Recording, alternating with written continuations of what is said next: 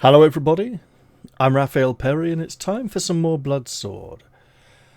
Let's wend our merry way away from Angvar's Mead Hall and return to the rocky barren wastelands of Sheol, where our guide, the traveller, has escorted us to the bridge between the two halves of the land. The covered bridge that leads to the Gate of Mist and the Ironwood. We know we are to encounter Garm the Hound that guards the gates of Hell. Not Hell, Hell. There's a difference. And we also know that our guide, our self-appointed guide, has informed us that he is to usher us into the presence of the Angel of Death, who rules over this land.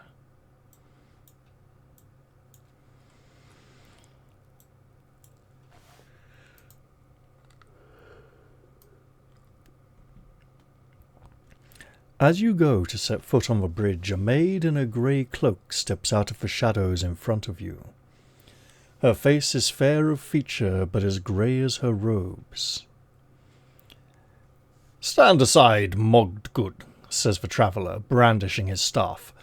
"Except for your words, you have no power to deter us from crossing." "I shall not even try to dissuade you, scion of the Sugensiki," she replies in a low voice. Then turning to you, she says, "Has your guide told you of this river, whose waters bring forgetfulness? Many souls choose to drink here so as to forget their past lives." "Pay her no heed," says the traveller, making past her along the bridge. "She will keep you here talking until the end of time if she has her way." "If you think it is worth collecting some river water, in case it comes in useful later, we could do that. We could try and drink from it. Or we could just follow a traveller across the bridge. I think we should not drink the waters of forgetfulness. However, I also think we should take some with us to feed to someone we might yet meet in the future, or perhaps even to the traveller himself. He has gone by many names, and she calls him Scion of the Sugensiki. That sounds like the kind of name that might hail from Icon and Psyche's homeland of Yamato. He has given us consistently bad advice so far. It hasn't seemed to be outright malicious, but it hasn't been the best either. We also have the shade of Cordelia following us, with the hope that we will return her to life. Perhaps we need her to forget what she has experienced down here. I think we should take some of this water with us.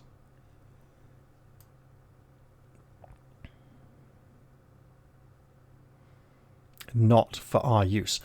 I don't imagine many a situation in which we have a lot of harmful information dumped into our brain and need to completely obliterate it. But perhaps there is... I imagine maybe we would even fight Icon the Ungodly and pin him down and make him drink the water so that he forgets his evil ways.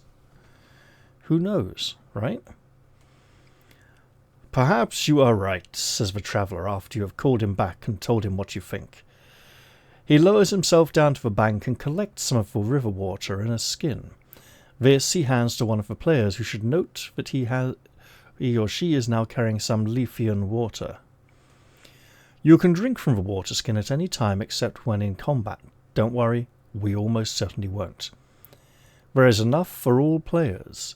If you do drink, turn to section 312 after first noting the number of the entry you're reading at the time. The player with the water skin will need to record this Lethean water C312 for effect." Who has an empty slot? 1, 2, 3, 4, 5, 6, 7, 8, 9, 10. All slots full. All slots full.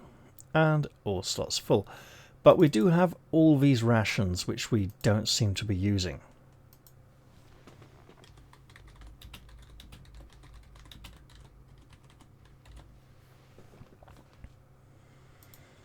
We must have eaten at least a week's rations during the journey on the ship.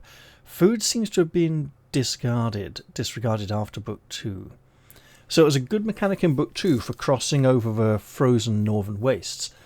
In Book 3 we had an opportunity to procure a lot of rations before a journey, and then on the journey we only had to eat once. And day after day passed. I think it may have been decided to cut the eating mechanic to save space and keep the page count down. Or that it wasn't as fun a mechanic to keep track of anymore and it was time to do away with it. Well, we have our river water. Let us continue on.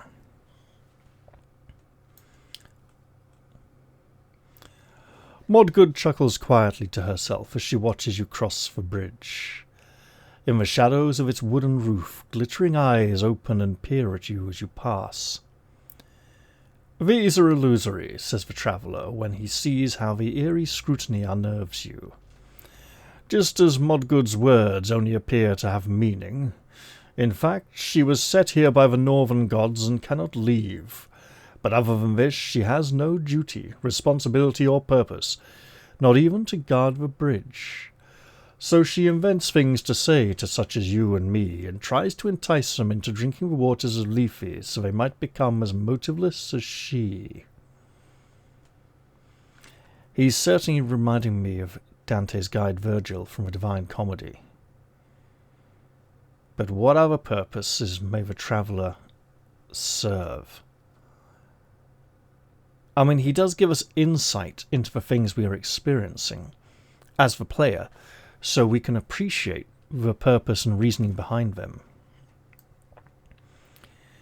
You emerge from the bridge into a thick forest that comes right down to the riverbank. Between the massive trees sits a nightmare darkness that you cannot imagine any torch could penetrate. The traveller is more optimistic. He has his magic lantern. He lights his lantern and fixes its handle into the fork at the end of his staff. It casts enough light for you to see the ground in front of your feet. "Is there need for such haste?" you call after him as you advance into the forest. "Indeed there is. Are you not aware that your connection with the mortal world is attenuating with each hour you remain in Sheol? Delay your return too long and you will be cursed to wander here forever, as I am. This is an unwelcome piece of news, and you can see why Antasius preferred not to mention it. Putting it from your mind, you look around at the shadow-shrouded boughs and inquire where you are now. This is the ironwood, the traveller says, flicking a pine needle. It rings with a metallic note. Monsters, you ask, staring into the absolute blackness ahead of you. Some, no doubt. I don't know the details. If we traverse the wood with all speed, we may get to the Gate of Mist, happily none the wiser. I wonder. So far, let's take a moment, right? So far, we've travelled down to get the map instead of going straight to the village. That got us a code word, and it lets us know we have the map. If there are a number of things like Spheno's Tower, which will grant us more code words, and then we'll get to each the Archangel of Death, and it'll say, how many of these code words do you have? And each code word will have tracked how far out of our way we went from a minimal direct path from Typhon's Ring to the objective, right? And if we have too many of them, we're stuck to stay here forever. So far we've only got one because we've only diverted ourselves from our route once, right? Angvar's Mead Hall didn't get us one, so it seems necessary we may be unable to pass without the honey cake. So perhaps we do need to avoid optional encounters. I think it might be like the Spectre of Death assassin in Fighting Fantasy Book 14, Temple of Terror, where it hides the letters of the word death throughout the dungeon. And you're searching for 5 little statuettes of dragons, which you need to complete a ritual at the end of the quest, which will summon the evil necromancer, sorcerer, and then to defeat him you need to smash the dragons in the order that you found them. However, while you're searching for those 5 dragons, you may discover some of the 5 letters of the word death, and if you find all 5, you die straight away. So you need to search for the dragon statuettes, but not search too thoroughly. We may be in a similar situation here. Let's bear that in mind as we push on forwards. But also remember, the traveller does not seem to be entirely honest and does not seem to entirely have our best interest at heart. You pass on through the ironwood. Perhaps it takes hours, a tableau vivant, with you shuffling cautiously along the needle-strewn ground, suspended in infinite darkness, with only the pool of soft light from the traveller's lamp to show you the way. Once a noise like a cough leaps out of the dark and rattles the branches above you. The traveller shrugs when he sees the startled look in your eyes. "Who knows what creatures lurk in the wood," he says. "Some say they are the ghosts of old giants from Ymir's day who ruled the cosmos before the coming of the gods." "There is but one god," you remind him. "For the second time now, I believe." "You should pray he is with you now, then," he replies with a cryptic laugh. "You should pray he is with you now, then. Tor, we are truly... Cryptic laugh. What?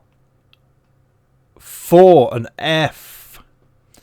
"For we are truly walking towards the valley of Death's shadow. But behold, we are out of the ironwood, and there is the gate, where perhaps Garm the Hound may await us."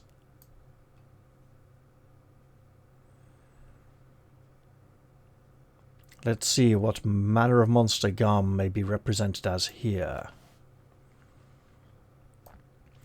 A wall stretches off into the darkness along the forest edge. It is not a wall of wood or stone, but of a phosphorescent mist that shifts and swims. The only breach in the wall is guarded by a monstrous being with the head of a wolf. "It is Garm," says the traveller. The wolf-headed giant gives a snarl and lopes forwards to attack, but we do have a parcel of honey cake, which we will offer up to the beast. This is its favourite food after... It's coming to kill us to get the food, isn't it? And there is this version of Garm. Very humanoid indeed. Looks like a kind of werewolf. Looks like he's eating on the honey cake and looking at us, like waving a hand, like, you know, go on past. Being friendly. You rip open the package and show the cake to Garm. His eyes glitter greedily as he sniffs at it. "Cake for Garm!" he barks. He has no tail, but if he did, then it would surely be wagging. Garm squats on a boulder and begins to devour the honey cake. "Fine," he declares when he's finished. You realise that he isn't very bright. "Then it's all right for us to go through the gateways," says the traveller. The monster waves a clawed hand. "Right, but don't tell anyone I let you through." "Of course we won't," the traveller calls back as he leads through the gates of mist.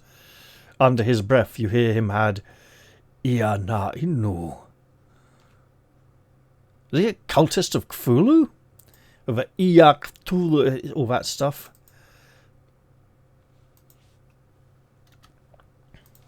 I think he's adding that so the hound doesn't hear it. But he might not want us to hear either.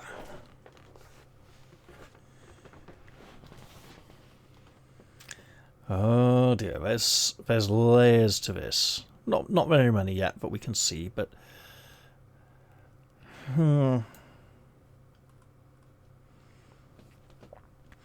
you emerge on the other side of the glowing mist wall. A vast flat plain stretches out ahead of you, featureless except for a few pebbles and clumps of sickly heather. It seems to have got darker now, you remark to the traveller. The sky, formerly a gloomy grey, has become a curtain of velvet black. There are no stars. As we penetrate the regions closer to where death keeps his vigil, we are sinking deeper into night, he says. Sheol, as you call it, is like a dream world where time is more dependent on location than on logic. That is also why the things we encounter seem disjointed and unreal. They are dream fragments of the mythologies of death that are familiar to you. And yet in the Forest of Iron he was hurrying us, saying the longer we spend here, the more trapped in this world we are. But now he's telling us that time is more to do with the locations we visit than the actual amount of time spent travelling or the time spent in any one location. This again may be a warning about keywords tracking where we have been and how many places we have visited. You take your first few steps across the plain. It is impossible to tell how far you might have to go to reach the distant line of mountains. It could be hundreds of miles. And this place is, you ask your guide? The territory separating the uninhabited normal regions of Sheol from the inner landscape of primordiality. Essentially, this corresponds to the distinction between the commonplace world of dreams and the darkest depths of the unconscious. To draw a parallel from Amphibian myth, we are leaving the asphodel fields behind. Ahead lies Tartarus, or God Hell. You know something about Amphibian myth. Even if the rest of what he says makes no sense, you stare across the desolate plains. In other words, you reply, we are walking into hell. Now, if the traveller is indeed taking us to visit the Angel of Death, then this is the same angel who was originally responsible for separating life from death itself, for creating the blood sword, that is the sword of life, and the death sword, the sword of death. The fact that the sword of life is in the realm of death, over which he now reigns, is surely something he would not be very comfortable with. Surely this sword belongs in the world of the living. However, the death sword was also in the world of living for a long time also. He might decide that it is fitting the sword has died and come to enter this realm. We shall see. Mile after mile you trudge across the plain. There is no evidence of animal life, and even the plants here are sparse and twisted. Occasionally you catch sight of a dead oak or a boulder that seems quite large, but such features are never nearby, and turn out to be impossible to reach. Not even the wind moves across this barren land. Only your own hushed voices break the silence. After a while you begin to feel hypnotized by the inhuman bleakness of the panorama. You walk less and less, and at times it seems you have stumbled in a dream. At times it seems you are stumbling in a dream. Any players who do not have the code word Leafy should turn to 329. If all players have this, I imagine that would be Drinking the Waters of Forgetfulness. I wonder if Drinking the Waters of Forgetfulness would have allowed us to pass on through this place safely, And it's a trap for the living, not the dead. It's... None of us have the code word. We're at 358.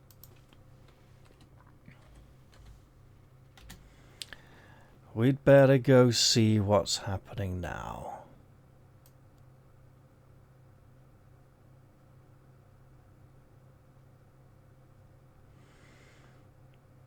Are we going to gain it if we don't have it?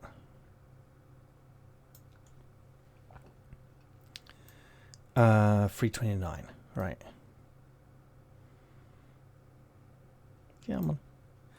Nearly there. There we go. Ugh. Your legs feel like lead. How long have you been walking across this plain? You seemed to black out for a moment. Now you cannot remember. As though you were wading through the depths of sleep, each step is more onerous than the last. You look down at your feet and moan in horror. The ground has become the faces of the people you have known throughout your life, friends and enemies alike. Their gaping mouths twist soundlessly as they gnaw at your feet. Their hands reach up from nowhere to snatch at your legs. You stumble to your knees, desperately clawing your way onward, even though you have forgotten your destination. The traveller glances back. He is unaffected by the ghastly vision. You have walked into the mire of mortality, he shouts. Memories of your life are sucking you down, trying to stop you from entering the deepest part of death's realm. Avert your eyes. Each player should roll... Oh god, we are so screwed. Each player should roll 3 dice, trying to score equal, less than, or equal to their psychic ability. Oh my god, this playthrough's screwed. A player who fails the roll is absorbed into the mire of mortality, ceasing to exist in either the land of life or the land of death. The player and all of his or her equipment are lost forever. On 3 dice, a player who succeeds in making the roll manages to cast away these last obstacles and progress to the edge of the plane unharmed. As mentioned before, players of the code word Leafy do not see the visions at all and can proceed without making the roll. We are so screwed. We could technically drink the water now and be screwed regardless, as we could drink it at any time. Oh, hell. So, let's look at this for a moment. We got an 8, 7, 8, 7, and 6. Yeah, we're basically dead. So if we go back to the previous section and drink the water, we will forget everything and be totally screwed anyway. Oh god, how do we... Look, even if Ariadne had no spells prepared, a 9 is the best her psychic ability could be at this point. And on 3 dice or less, we have used the defend action in combat often enough that we know we are completely screwed if we don't... If we're trying to hit while taking the defensive action. Oh god, I have a horrible feeling. Right, turn to 342, whereas at 358.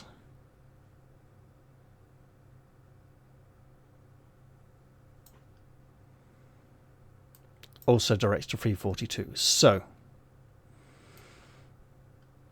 I have a horrible feeling if we drink the waters of forgetfulness, the effects could very well be permanent. I don't know how we will be able to reverse that.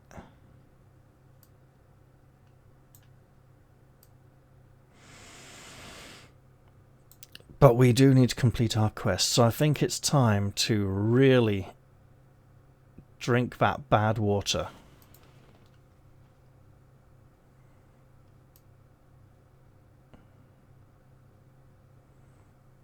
Oh, here we go. The rivers of the water Lethe induce amnesia. As soon as you drink, much of your memory slips away just as water trickles between your fingers. What if this only applies while we are here? Right? And when we return to the land of the living, our memory is restored because we're not dead, so we can't have... Oh, God. You can remember your quest, though you are hazy about some of the details. And you can remember the names of those you travelled with, but a good deal of your combat expertise is lost. Your endurance is unaltered, but your fighting prowess, awareness, and psychic abilities become those of a second-rank character. Oh my God, we are so screwed. Write the code word Lethe on your character sheets, then turn back to the previous entry. Okay. This is going to get really bad. But hopefully, it allows us to continue in our quest. The odds of us succeeding those psychic rolls are basically impossible.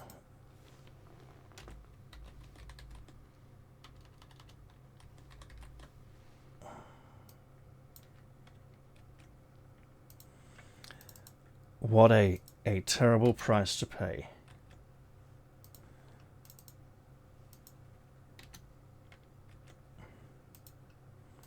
You know what else is worse about this? It's another code word that we might be asked about later. Because it... So we can be permanently absorbed or just trapped in the domain anyway. Well, let's go back down to level 1 stats. Well, rank 2 stats we had at the start. So, properties. Fighting prowess. Haha! So Alwyn's fighting prowess is the same. His psychic ability is the same. His awareness has decreased down to a 6. Not so bad so far. Our damage hasn't decreased. Fighting prowess, awareness, and psychic ability.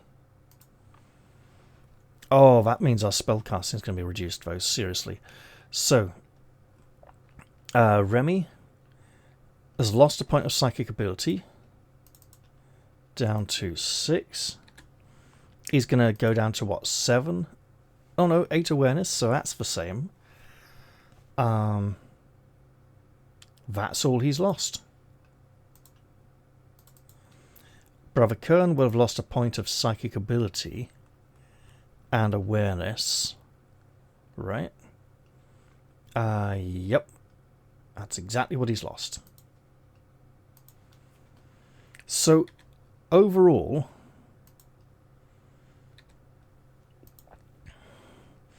and that bonus point is being retained because it comes from the fearless ability. And Ariadne, oh, this is going to be painful.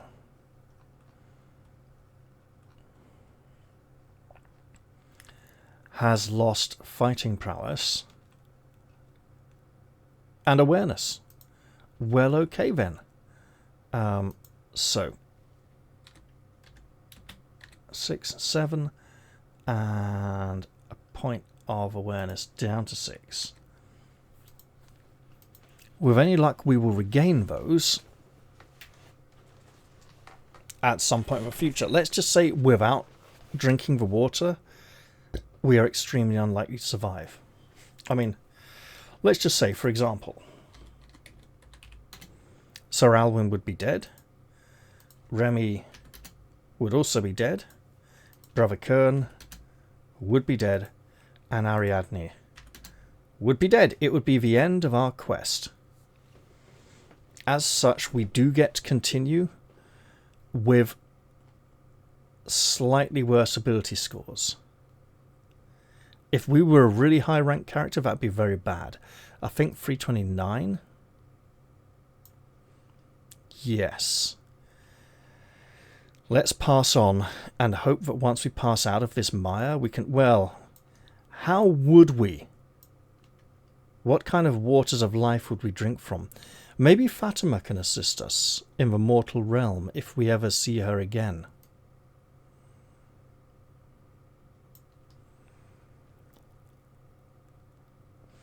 At last you hear sounds from ahead, the cry of a solitary night bird, the babble of running water. If you have Screebover Raven with you, and at least one player has the word Leafy, we do not have Screebover Raven anymore. He stayed at Angvar's Mead Hall. Now, going to Angvar's Mead Hall means we've lost Screebover Raven, and if Screebover Raven here can help us recover our memories or something, that would mean we would have had to not go to Angvar's Mead Hall, not get the silver armbands to protect us from lightning, and also we would have had to fight Garm. So it seems like we took the optimum route. Oh well. 83 it is. We don't know what we're missing.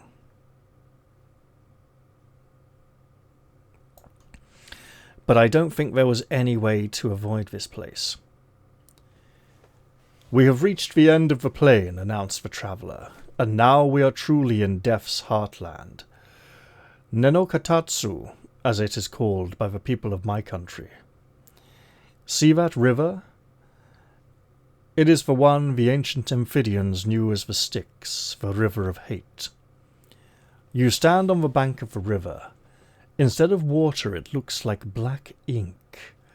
Pallid fish dart to and fro just under the surface. The Styx apparently flows from the mountain range you saw earlier, passing through a shadowy wood and between two round hills on its course to the ocean. You look across to the hill on the other side of the river, catching a faint glimpse of something moving there. Signs of life, you muse. Life? Says the traveller, with a short laugh. Assuredly not. Behind the hill stands a tower whose upper windows shine with emerald light. The traveller mentions it is the tower of someone called Spheno. But that is all he knows. I cannot say whether this Spheno would make us welcome or not, he says. In any case, we have to cross the Styx to get there. A boat you had somehow failed to notice before is approaching from the far bank. The ferryman regards you from the depths of his hooded cloak. The boat must be propelled by magic, as he does not touch the oars. If this is the river Styx, then the ferryman must be Chiron, who conveys the souls of the departed to their final resting place. Whether he will take you across remains to be seen, possibly based on code words we have gathered. We only have the 2. I mean, I'm thinking the code words have to be used for something beyond tracking whether we have met particular characters or if they are with us. He may refuse to take Cordelia. She should still be following us. Chiron's boat drifts in towards the bank where you are standing. His face is invisible inside the blackness of his cowl. Speaking in a voice of leaden tones, he says, "You are from the mortal world. Do you wish to cross the river?" I like the fact we're allowed to say no. If we don't cross the river, we don't get to Spheno's tower, and Spheno is one of the sisters of Medusa. She's one of the 3 Gorgons. What could we find in that tower that would help us? If we don't, can we follow the river along and get up to the mountains anyway?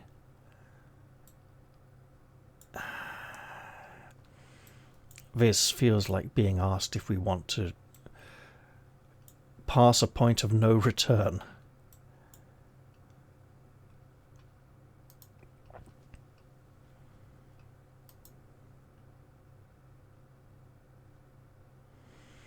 We have an option to refuse. But if we are to recover the Sword of Life, which may restore our memories when we obtain it, actually, it may... yeah. Then we have to push on further into Death's domain. The Traveller hasn't indicated whether we must cross the river or not. But I feel we must. We will tell him that we do wish to cross the river. There will probably be a price to pay. 2 silver coins, isn't it? 1 for each eye. After a moment of silence, Chiron replies, "The fee is 1 obol per passenger." Obols are antique copper coins. If you have enough of them to pay for each player to cross, we don't have any. But the trickster is here. Ah. Where would we have found obols? We've been almost everywhere, right? The place where the barrow whites are? Maybe if the trickster hadn't played the harp to make them sleep, that's where we could have got the coins? Perhaps... Let's see. You leap from the riverbank to land in Chiron's boat. It rocks wildly as you catch hold of the ferryman. In feigned alarm, your nimble fingers reach round to his belt pouch and extract a few coins. Chiron does not notice the theft. He glares at you, and when he speaks, his voice is sharp with outrage. "What impudence," he says. "I had not even invited you to get into the boat. Get back on the bank." You bow, apparently chastised, and climb out of the boat. A glance at the coins in your hand tells you that they are indeed obols. It is a safe bet, after all, that if Chiron regularly charges a ferry fee, he would have a few such coins on his person. Turning him back to him, you say, "Apologies, honoured boatman. Will you convey us across the river? Here's the fee you demand." That is so dodgy. It worked, though. Chiron's white hand darts from the folds of his cloak and snatches the coins from you. There is no need to pay for the traveller, as he has an obol for himself, and also one for Cordelia if she is with the party. She is. You get into the boat. "Do not touch the water," says the traveller. "It will turn your flesh lifeless and white like our ferryman's." Chiron chuckles at this and points to the far bank. The boat swings around and begins to drift across, propelled by no more than the ferryman's whim. "Thetis' son was bathed in the Styx," he murmurs. "He suffered no ill effects, quite the reverse." The traveller glares at him. "Devilish boatman," he cries. "Do you think we're so easily tricked? This is called the River of Hate after all, and it takes only a pinch of common sense to see that such a description could not have been applied if it had beneficial properties."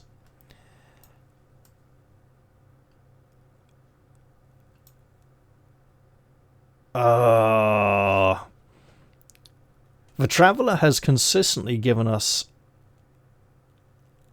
I wouldn't say entirely bad advice. He's given us like second best advice, right?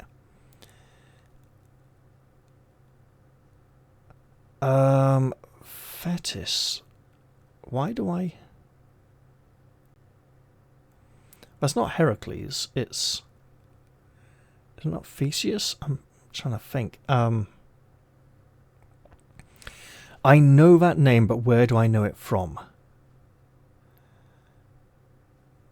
If we dip a hand in the water, will the hatred burn away the lack of memory and restore? I don't think we risk it. This time, I think we trust our guide. Although I might blatantly go and check that after the session. I could have one person check, and if they just die on the spot, we're kind of screwed. We need everyone alive. Let's pay heed to the warnings and not dip ourselves into the river of hate. Not even a few fingertips.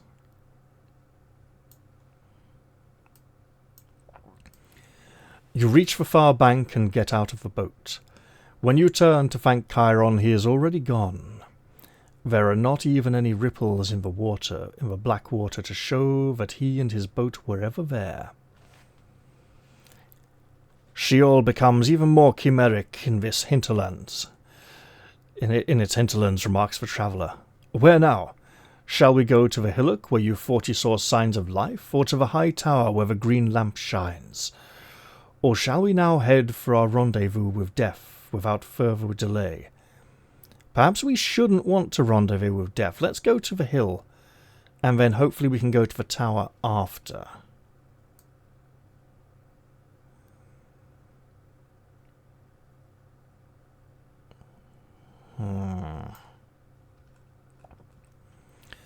Forewarned that something inhabits the hill, you make use of the cover afforded by some thorn bushes to approach the summit unnoticed. 2 odd creatures wait there beside an enormous treasure chest. One is a giant bat with crimson antlers sprouting from its head. The other is a dog the size of a warhorse with white fur and a long beard flowing from its chin. Yeah, I ain't going to find good images for those without using the thing which should not be named on YouTube, so I'll just have to approximate. We could step out from behind the bushes and announce our presence. We could spy on them for a little while. We could go to the tower. Let's spy a little, and only a little, and then announce our presence. This feels like an announce ourselves situation, but if we can get some insight into what they are, that's good for us. God's wounds, these monsters can speak. It's been a long time since we added to our hoard, old friend, says the horned bat, gazing wistfully at the treasure chest. Yes, comrade, agrees the bearded dog. Travellers rarely come from the mortal world now that the age of heroes has passed, and souls do not, as a rule, carry treasure with them. It is a sad thing, says the horned bat, shaking its wings. I often think of our treasure chest as though it were a favourite son. When it remains unopened for so long, I imagine its sorrow, and that sorrow becomes my own. I agree utterly. As usual, your words are wise, and show a depth of sensitivity which is not often encountered in this heartless world. The bat nods.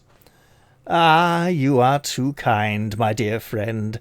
Without your companionship, my existence here would be an intolerable drudge. We should step forth and announce ourselves to these creatures and their chest of mighty treasures that may have once belonged to powerful heroes.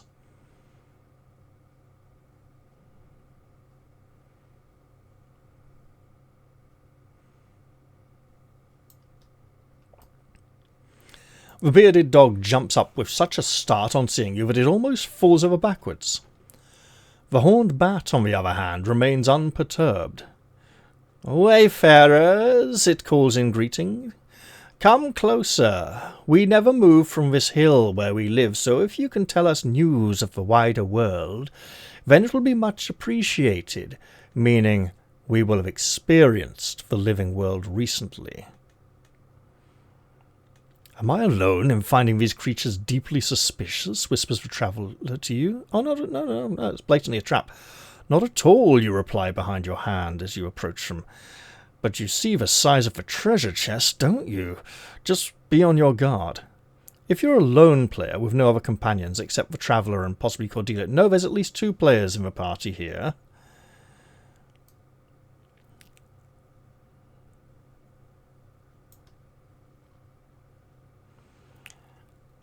Well, says the horned bat. Not many mortals come past here. He flitters nervously around the treasure chest. And why should they, adds the bearded dog, trying to adopt a casual tone. There is little here to see except us and our box. They both look at one another for a startled instant, then look straight back at you. The dog grins weakly, anxious to see if you've noticed the reference to the treasure chest. They both begin speaking at once. The bat puts one wing across the dog's mouth and blurts out, "My friend was referring to our old, fuel chest. It certainly looks very grand, doesn't it? You'd hardly believe it only contains peat for our fire, would you?" "No, indeed," says the traveller softly. "It almost looks like, dare I say it, a treasure chest." "Ha, ha, ha, ha!" barks the bearded dog. "Treasure? Why, what an outlandish thought! Ha, ha, ha!" Ooh. We could ask them about the tower nearby. We could ask to see inside the treasure chest. If the trickster is here and does not have the code word fossil, I imagine the trickster will get the code word fossil by trying this thing. We may be redirected back here a few times. We can ask them the way to Azrael. I think Remy wants to try something. While the opportunity is still present, this may agitate the creatures to the point where we don't get to...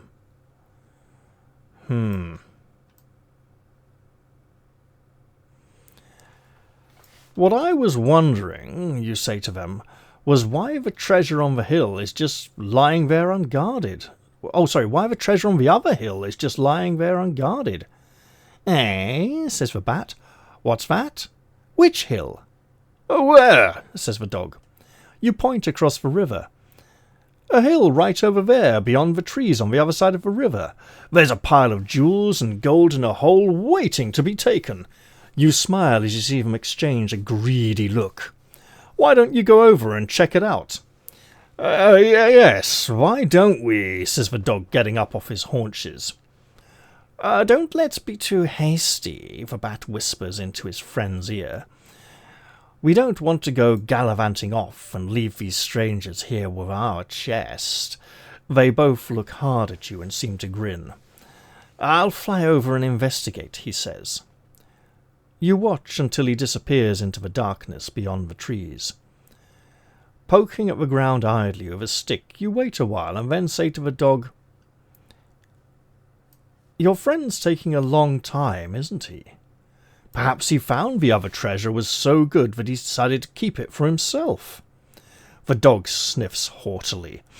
"You don't know what you're saying.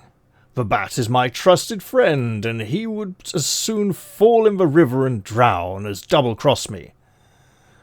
"Still, taking a long time, isn't he?" "It's a long way to go," protests the dog. "Flying?" You give a cynical bark of laughter. But maybe you're right." He paces to and fro for several minutes. "I've come to a decision," he announces at last. "Oh, yeah?" You scratch your nose disinterestedly. "I'm going to see what's happened to my friend, but I'm not going to leave our chest here, even though it does only contain peat for our fire. Help me get it up on my back." You help him with the chest until it is balanced squarely on his shoulders. "Heavy for just peat, isn't it?" you remark. "Peat is all it is," snaps the dog. He makes his way down the hillside and is finally lost to view among the thorn thickets. Are we supposed to kill him when he's on his own, when his mates... How does this work? Is he going to come back on his own without... Ooh, have we just lost the whole treasure chest because of Remy? Oh. Class options normally do something good, so we're just going to have to hope. This was 518 or 508. The bat returns shortly. "You were mistaken. There's nothing there," it says sourly, exhausted by the flight. "Eh? What? Where's my friend the dog? Are we just tiring them out so that when we do confront them they'll be exhausted and we'll fight weaker versions of them?" "Where indeed," you answer wryly.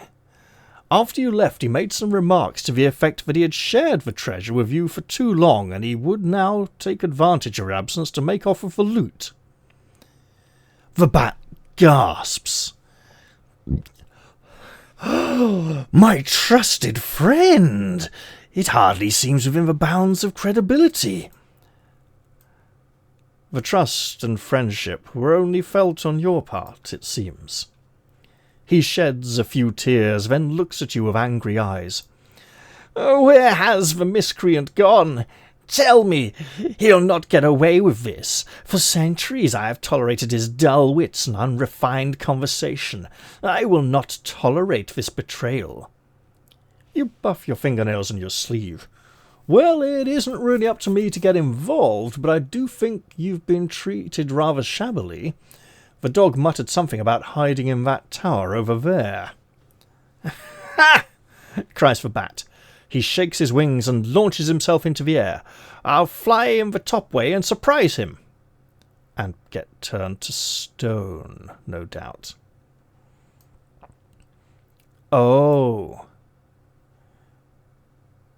Yeah, we're letting the monster kill them instead of doing it ourselves. Got it. And that's why. So we'd get the code word fossil if we'd gone to the tower first, right? A few minutes pass. The dog returns, huffing and puffing with the treasure chest still on his back. Forgot I couldn't swim the river with this load, he says. You'll have to go and find what's happened to the bat while I wait here. I will not have to travel any distance to tell you what has happened to him, but I'm afraid the news will cause you grief. What is it? Has an accident befallen my friend? Did robbers come and attack him? Neither. However, by his own admission and action, he is no longer your friend. He came back with some truly fabulous jewels from the other hill. He seemed rather self-satisfied, and he uttered some uncomplimentary comments about you. His precise words may have been, "This is a real find, and I'm damned if I'm going to share it with that cretinous hound. I'm going to fly to yonder tower and hide it where he can't get his greedy paws on it." I know this comes as a cruel blow to you, but it is time you saw your so-called friend for what he is. A blackguard, cries the dog. A louse-ridden cheat. Rat with wings. All these years I've put up with his effete manners and his superior airs and graces. Now there'll be a reckoning. He sets off in the direction of the tower. You follow at a discreet distance. As you approach, the horned bat pokes his head over the parapet and flies down. You notice that he has a gleaming gold amulet clutched in his talons. Traitor! Snarls the dog. Fiend! Shrieks the bat. They fall on one another in a rage and tumble over and over down the slope. After a few moments of furious fighting, the dog manages to close his jaws on the opponent's throat. But the bat's claws are poised to strike, and he eviscerates the dog as he dies. When you're sure they are both dead, you go over to see what they had. Let's see what could be in the chest. We've now been to sections 1, 2, and 3 of this gamebook. The gold amulet that the bat presumably found in the tower is an ankh, a T-shaped cross with a circle at the top, commonly worn as a talisman in Kaikahuran times. If any player wishes to put this on, either now or later, you should make a note of the entry you're reading at the time, then turn to 25. This is something for Brother Kern.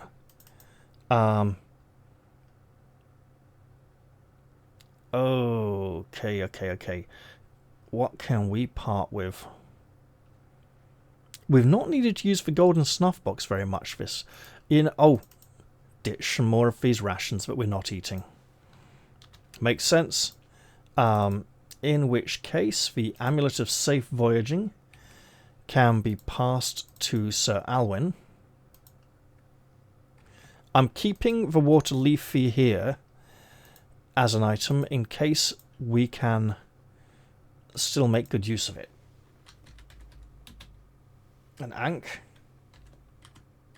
We're at section number 3. That's fairly easy to remember.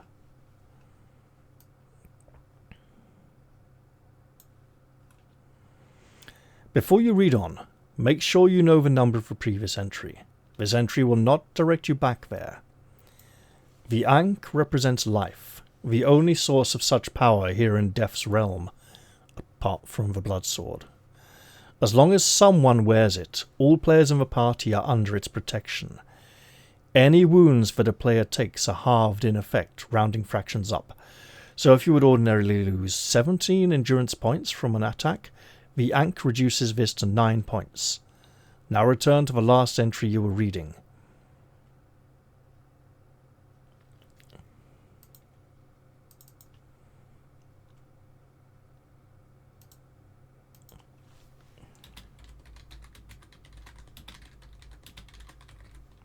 Now, does that mean we're taking a quarter damage from lightning at this point?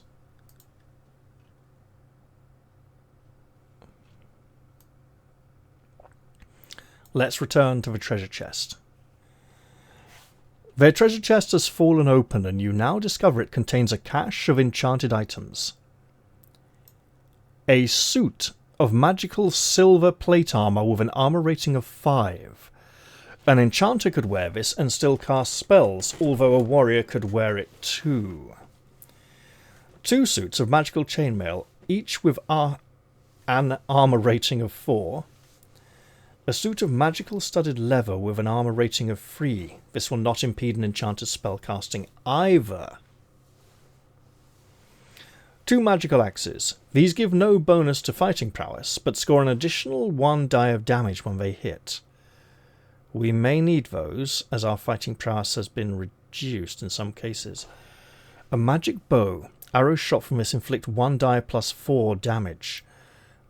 That's different to our previous magic bow, which is also plus 1 to hit. Ooh. Okay, first off, everyone's getting a suit of magic armor. I think Remy's getting the magic studded leather. Or Ariadne is. Brother Kern's getting magical chainmail. The magical plate armor is going either to Sir Alwyn or Ariadne. So. Ooh. A 5, 2 4s and a 3. She does tend to not get attacked very often.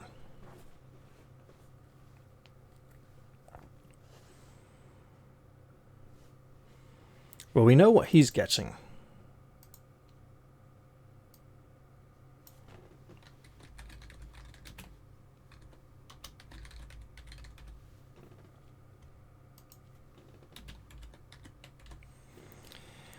And with his charm shielding, he goes up to an armor rating of 4. So,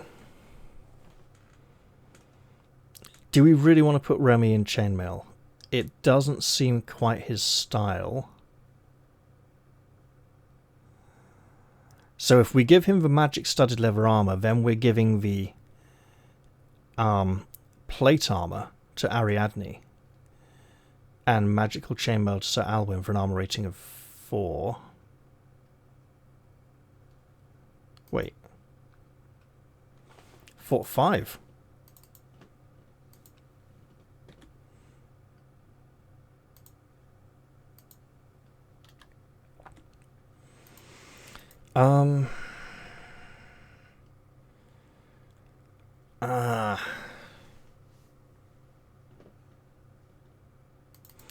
Okay.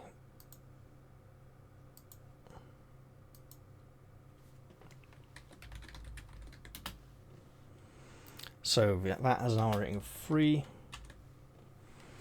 I mean, it looks like she's pretty heavily armored in the picture, and that would allow her to cast the Ghoul's Touch spell more reliably and take the occasional hit to help keep everyone else alive.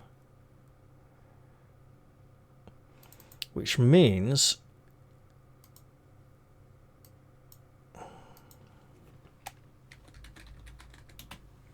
enchanted silver plate armor with an armor rating of 5 means she can go full-on combat wizard. I may regret this. Just like I may regret drinking from River Leafy if we don't find a way to restore everyone's memories and stats. Because when they go to a new rank, technically I know we get the stats of the new rank, but also we don't because it's an advancement increasing, so they would be permanently downgraded for the rest of the campaign unless we can fix this. Okay. 2 magical axes. I mean, to have Sir Alwyn hit for 3d6 plus 1 instead of 2d6 plus 2 would be really nice. And he'd only be going at fighting prowess 9 instead of a 10. But we should keep the Axe of Heraclos because we can throw it.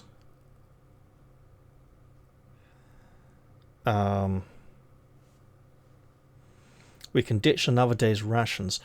As for a bow... Oh! Remy has a magic bow. Now Brother Kern can have a magic bow as well.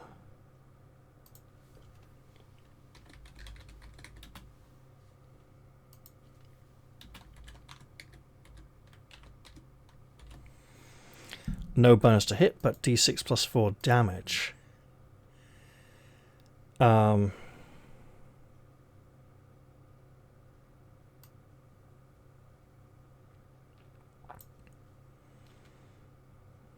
So we got all the armor, magic bow, 2 magic axes.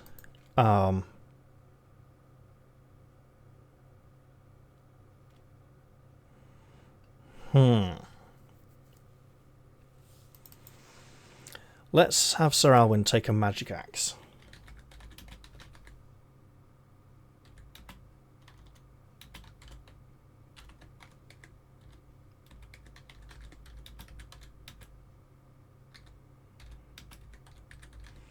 No fighting power bonus plus 1d6 damage.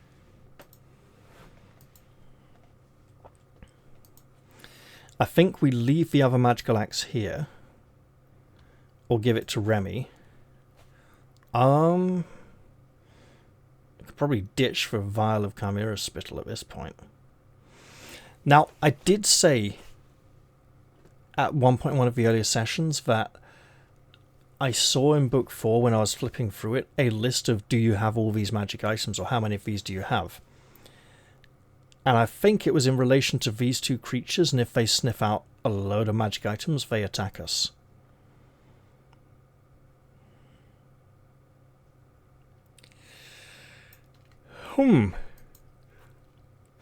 So, for instance, the Dragon Lord gem. I don't think we're ever going to find a situation after the one in book 1 where it's going to be useful to us. Yeah,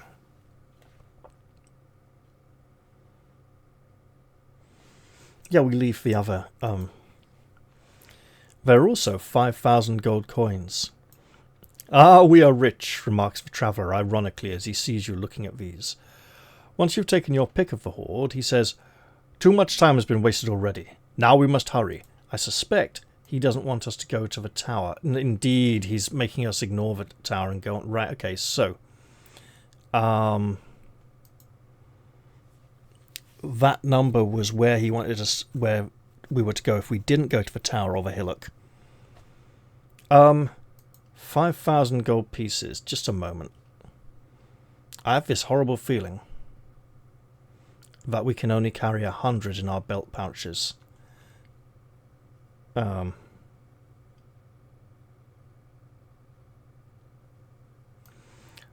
we can absolutely take the lot. Alright, fine. I think in the earlier books, in book 3, there might have been a limit of 100. So that's 1250 each, isn't it? Right.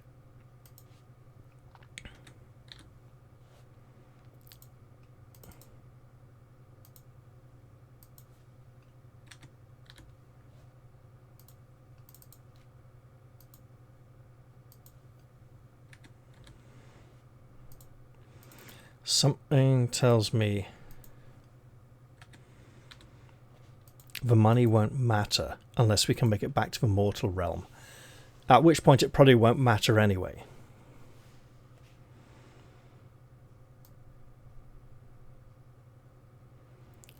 Right.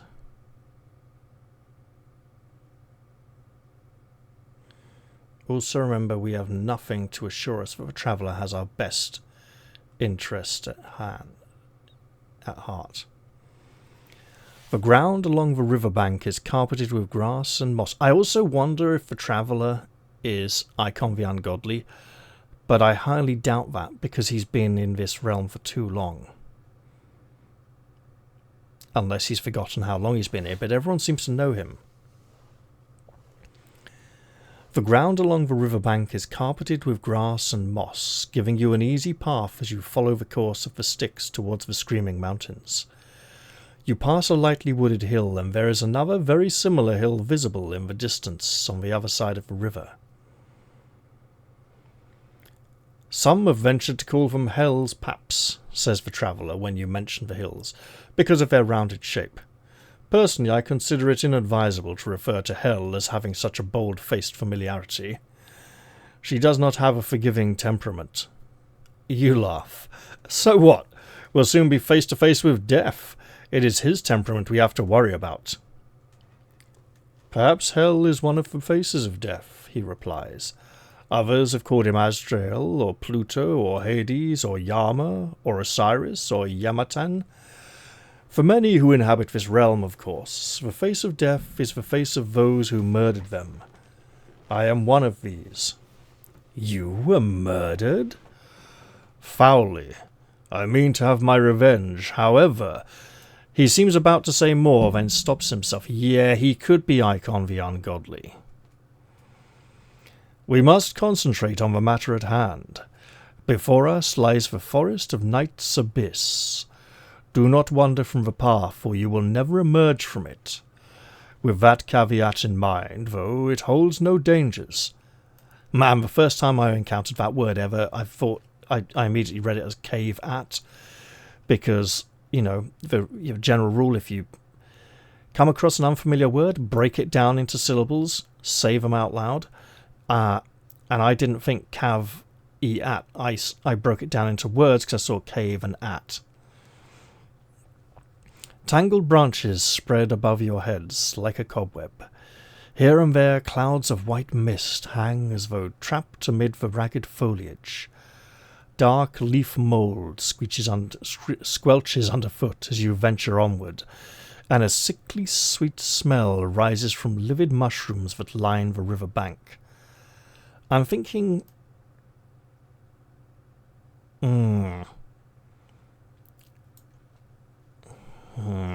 Let's see. A twig snaps nearby. You glance around to see a black unicorn with a silver horn standing only a dozen paces away among the trees. When you call out, it watches you coldly and paws the ground, but comes no closer. We could go over and take the reins, or we could blatantly remember that we were told not to leave the path, and the fact that it's pawing the ground seems hostile and aggressive anyway. We shall continue onwards.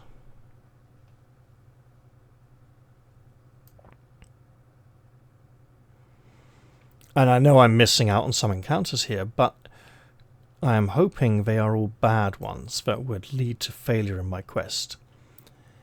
Eventually you leave the dark forest behind. You are now walking across windswept open country towards a range of vast storm-shrouded mountains. The Styx is a violent torrent here, cascading over occasional rapids in its course downwards from the mountains. You look back and see the moon rising over the treetops. Seen through the drifting banks of coppery cloud, it seems sickly and stark. Is that the same moon that shines on Middle-earth, you muse? It looks like the face of a leper. It is the same moon, says the traveller. It is you who have changed. A shadow drifts across the clouds. Squinting into the lunar glare, you scan the heavens. Something is descending from the sky towards you. Something large. It draws nearer, and you see it is a giant human-like head with blue skin flying on wings that grow from its temples. The air begins to feel charged with energy. Your hair stands on end. A call cracks out, unmistakably a battle cry. Look into the face of Lai Kung, the Minister of Lightnings, you errant mortals! I am the Spitter of Flame, the Searer of Souls, the thunder-voiced Lord. A challenge rumbles across the sky and resounds off the mountains. We could stand our ground and fight, look for an item to use, or make a run for it. Our warrior is brave and fearless. I think we should stand and fight. If we flee... Right, is this a if we fight it's an auto kill and then we get to run for it? Quite possibly. Ooh. And then fight, like, you know, retreat then fight from a good position. Look for an item to use. What item do we have that may be of use to us? We have the Iron Bell.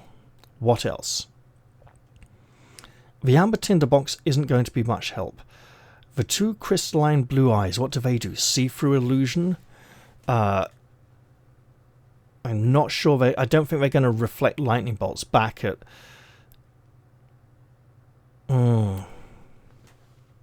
So. We have water from the pool of remembrance. What the fuck are we doing?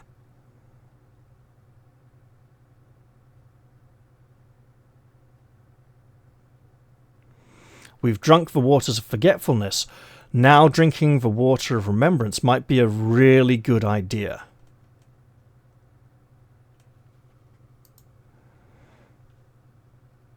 Do you remember earlier when I said this has got to be temporary and there's, you know, we'll have to find a way to try and remove this condition?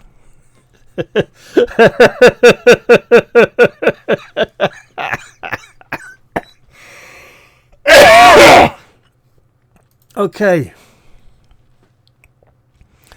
Right, what other items might we be able to use? I don't think the Talk of Iron Will is going to be very helpful. We could throw the Axe of Heraclos at this flying fiend. A harp? No. Typhon's Eye. The fingerbone of St. Ashenax points the way to where we need to go. The Ankh will protect us from a lot of damage.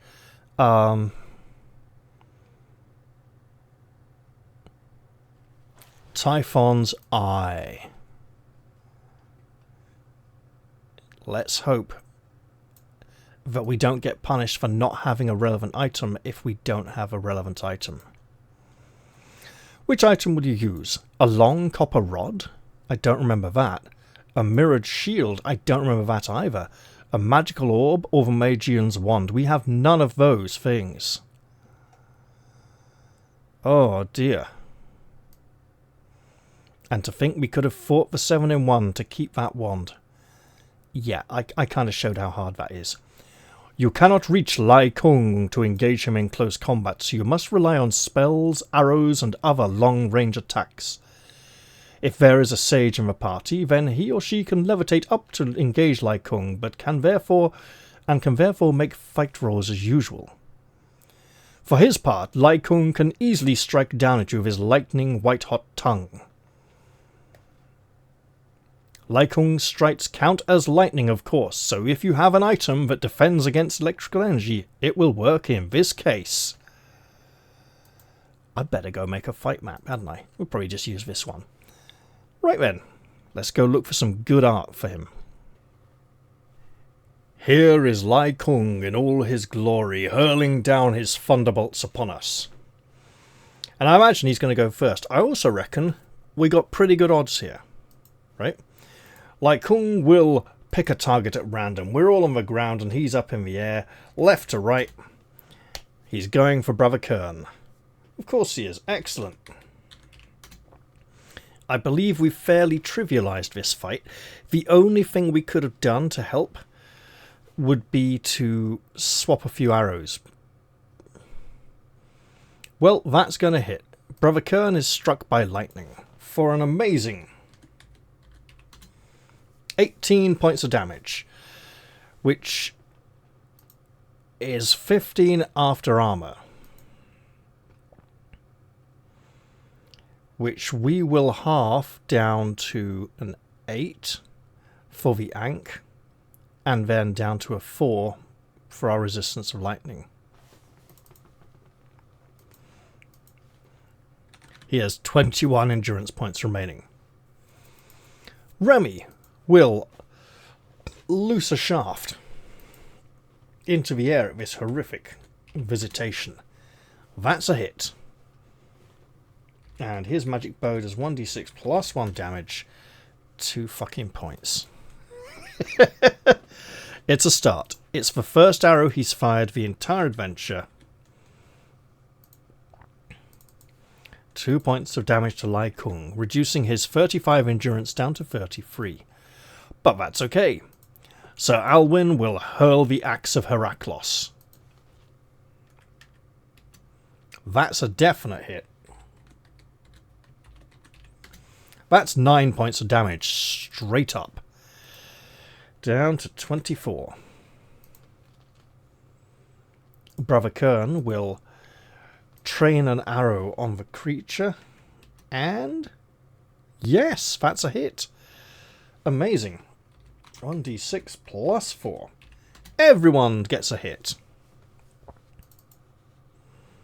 Down to 15. And I must mark off his penultimate arrow. The 4 he fired earlier were well spent. And then Ariadne will perturb herself attempting to cast Nemesis Bolt, which I believe was a complexity rank 5 spell. It was. Okay, joy. It could still happen. Nope. Haha. That's okay. Lai Kung will choose another victim to hurl down his lightnings upon. He goes for Brother Kern again. Unsurprisingly, the lightning catches him for 12, 9, rounding up, so 3 more damage. Takes him down to 18. Remy will loose a shaft, sending Feathered Death winging its way through the air. Steel tip magic powered arrow straight at the crazed thunder god creature monster thing. Oh yeah, that's an absolute hit. 6 points. We ain't even going to get a spell off at this rate.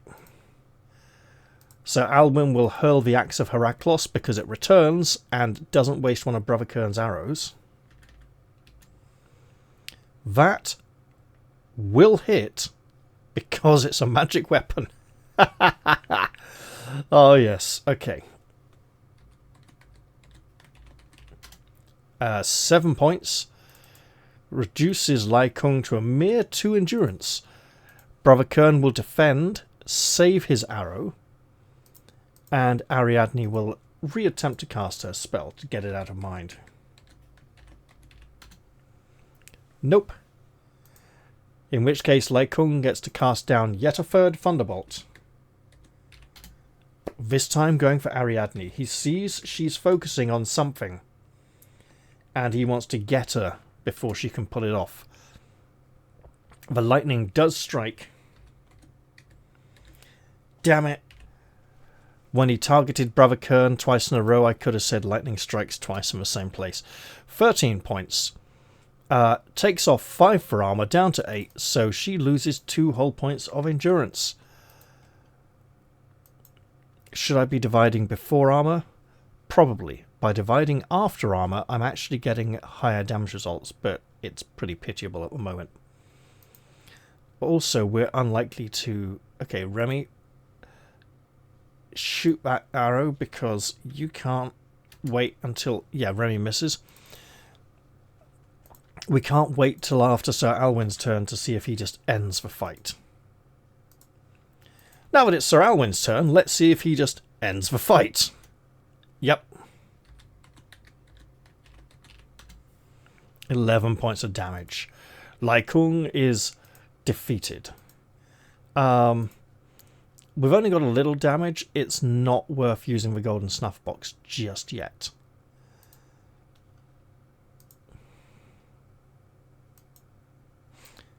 No, it is. Fine, we'll use it. Okay. So Alwyn will heal. 1 point, he's on full health anyway. Remy will heal. 2 points, he's on full health anyway. Brother Kern will lose 1 point. The person who needed it most. And Ariadne will gain 4 points, taking her back up to full health. At which point, we're probably going to use our last use of the Ointment of Healing, which gets it out of the way and lets us... We didn't flee. We defeated Lai Kung, the Thunder God. Probably not as much of a god. The giant head drops into the Styx and is carried away by the strong current. Why on earth did he attack us, you wonder aloud? It was completely random, senseless, just destruction without reason. Of course, says the traveller. Lai Kung embodies the nature of lightning, and lightning itself is senseless. And now we're directed to section 4, but before we go there, I'm going to write down 459. And Sir Alwyn the Fearless should drink the water of the pool of remembrance. And he's probably not the only one. He's just brave enough to do it first. Make sure first that you know the number of the last entry you were reading, then read on.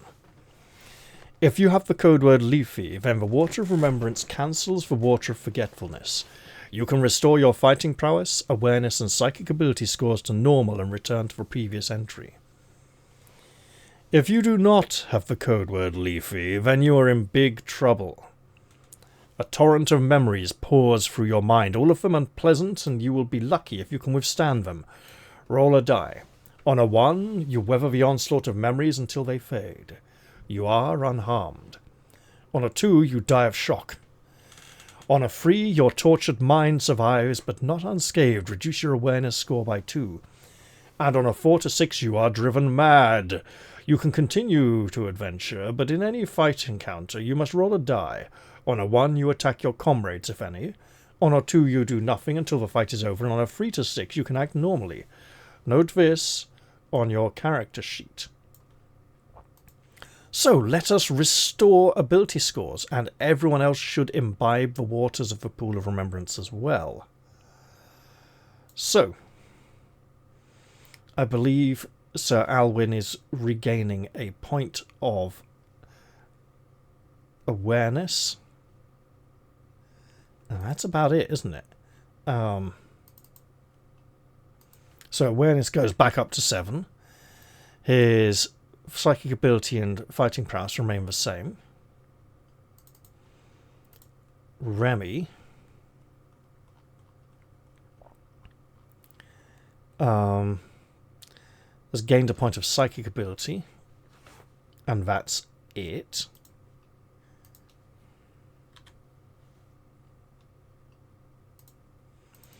Brother Kern, I believe, is psychic ability and awareness.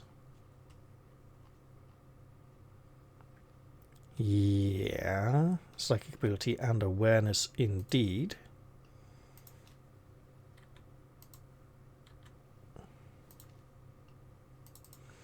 And Ariadne, I think, is fighting prowess and awareness.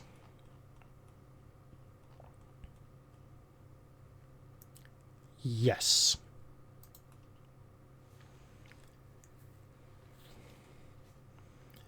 Wise we were to take it with us.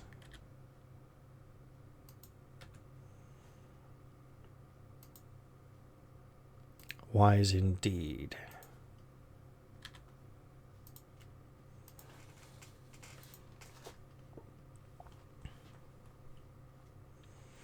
Also, I believe we get to remove the word.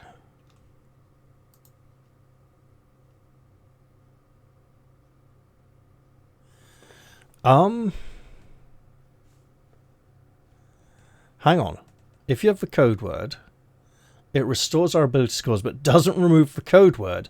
So we could have drunk this immediately, then gone through the ordeal, because we'd still have the code word, even though so our memories would be restored to us. But that's a bit of a bonkers loophole that should probably be fixed. Right. 459, we were directed on section 4, weren't we? He says, just going there to double check. Yep, so we've now had the first 4 sections of a book. And I've probably been playing for long enough to end the episode soon, but let's go a little further. Before reading on, is there any point that has made you suspicious about Sheol or people whom you've met there? Yes, especially the Traveller. Think about this. Consult with your fellow players if they aren't adventuring solo, and write down one thing that you are suspicious about. After doing that, turn to 556. I am suspicious of the Traveller. He has given us... We didn't step off the path to interact with the unicorn, or go to the tower, out of concern that if we had gone to the tower, we wouldn't be able to go to the creatures on the hill. He keeps pressuring us to go on. So, I suspect the Traveller. I suspect Modgood. I suspect the Traveller is Icon the Ungodly or the Angel of Death. I suspect Scribo the Raven of abandoning us, of being lured away by something to do with Angvar's Hall.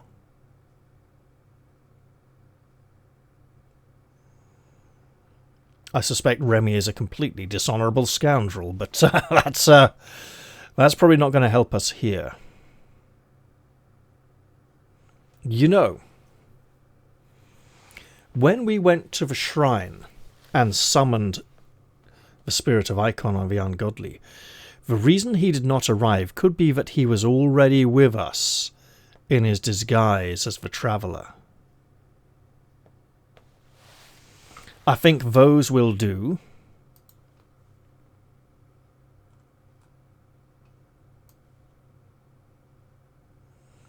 Let's see.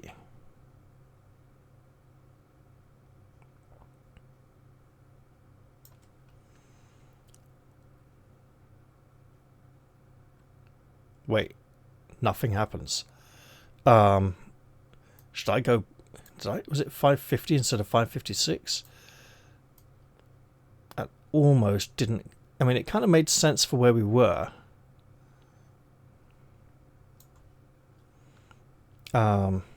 No, it was 556.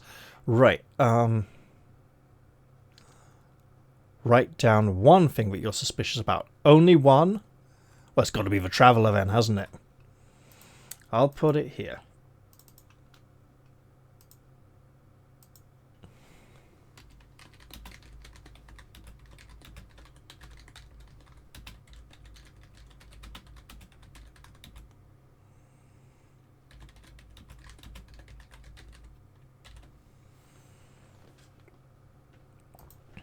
If he's running this whole thing as a simulation, right? Everyone seems to know him. Yeah, highly suspicious.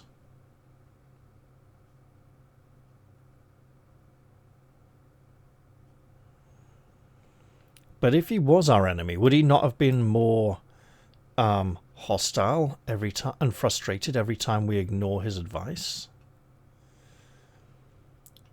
The mountains rise abruptly in front of you, a sheer wall of rock along the edge of the moors. Dim grey light flares up periodically against the darkness of the sky, and distant rumbling suggests that a storm of unimaginable force is raging on the other side of the mountains. The Styx cascades in a black waterfall from a cavern mouth several hundred meters up in the cliff face. You catch sight of one or two pale, struggling figures being washed down and dashed on the rocks. As you clamber up a narrow path leading to the cavern entrance, another sound becomes audible over the waterfall's roar and the rumble of the distant storm. It's the howling of thousands of tormented souls, and at this point... Oh, the other thing we suspect is that Entasius does not mean us well.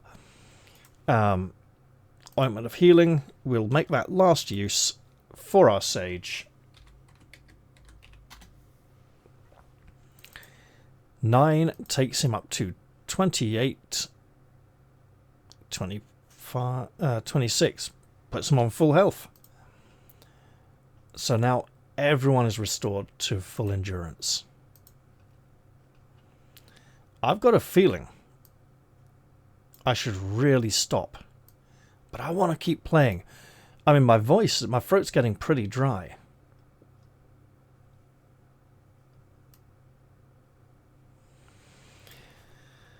You reach the mouth of the cavern. We haven't yet been asked what we suspected. At some point, I hope we will be asked.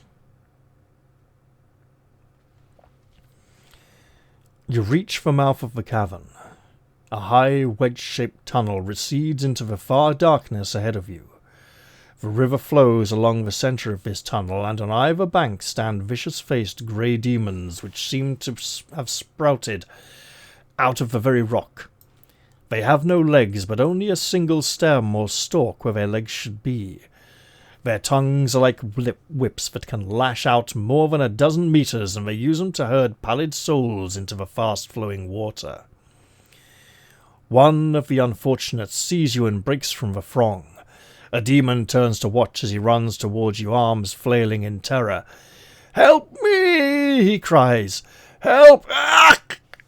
The demon's tongue whips around his throat and he is dragged slowly back along the ground. Its grey face contorts into a cruel grin as it casts him back among the others. "Merciful God," you gasp. "We must put a stop to this horror." "Cast all such thoughts from your mind," warns the traveller. "This is the treatment that those souls have earned by their actions in their last life. The river will carry them back to the mortal world to be reincarnated. It is their karma, as we say in my country." Again, indicating he's from Yamato. We could attack one of the demons or pass by this scene of torment. I think that is a decision that can wait until the next episode, because I've been playing for a pretty decent amount of time, and it's probably a good time for me to stop and maybe even get a bit of rest. Right, well, I'll bid you all a very fond farewell. Thank you all for coming. Lai Kung, the Thunder Demon, plagues us no more. See you all next time. Bye-bye, everyone.